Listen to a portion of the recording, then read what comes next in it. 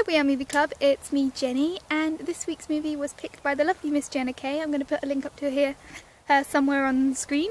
And her pick was The Decoy Bride, starring David Tennant, Kelly MacDonald and Alice Eve.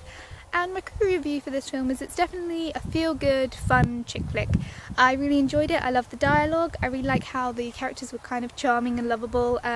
Towards the end when Katie is going through the photos, I felt some feelings, which was good. It meant that I really was invested in this film and in the characters. I like the music, I love the setting, I really like the dialogue choices. They're kind of funny and quirky, and the banter is really, really well done.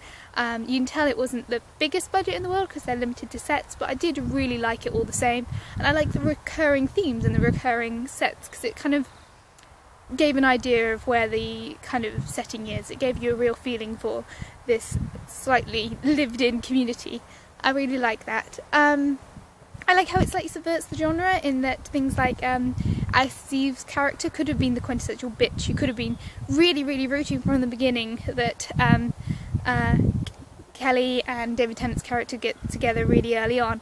But the fact that she isn't a bitch, the fact she is smart and just lovely, and you're slightly misbalanced on where you actually want the plot to go, really adds another sense of layering to this film that could be very, very one-dimensional.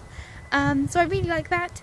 That being said, it's not a perfect film. I'm not a fan of the two-day romance sort of plot line where, you know, you don't really have time to invest yourself too much in the characters or in the romance. I like how it is done, but having two-day romances in films like this always slightly irks me. And there's definitely some points which I don't really feel like the plot really explained it well enough to make it relevant, like the entire concept of a decoy bride to keep the paparazzi away.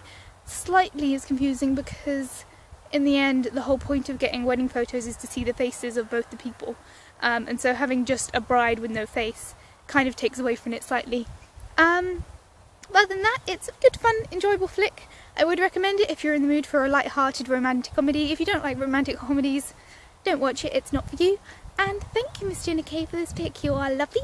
Next week's pick is Chris, aka Kiwi, and yeah, I decided to film outside. This is about 5 minutes walk from my house, which means that I'm staring directly into the sun, and I have very wet feet because there was a lot of flooding on the walk here and I'm not wearing waterproof shoes.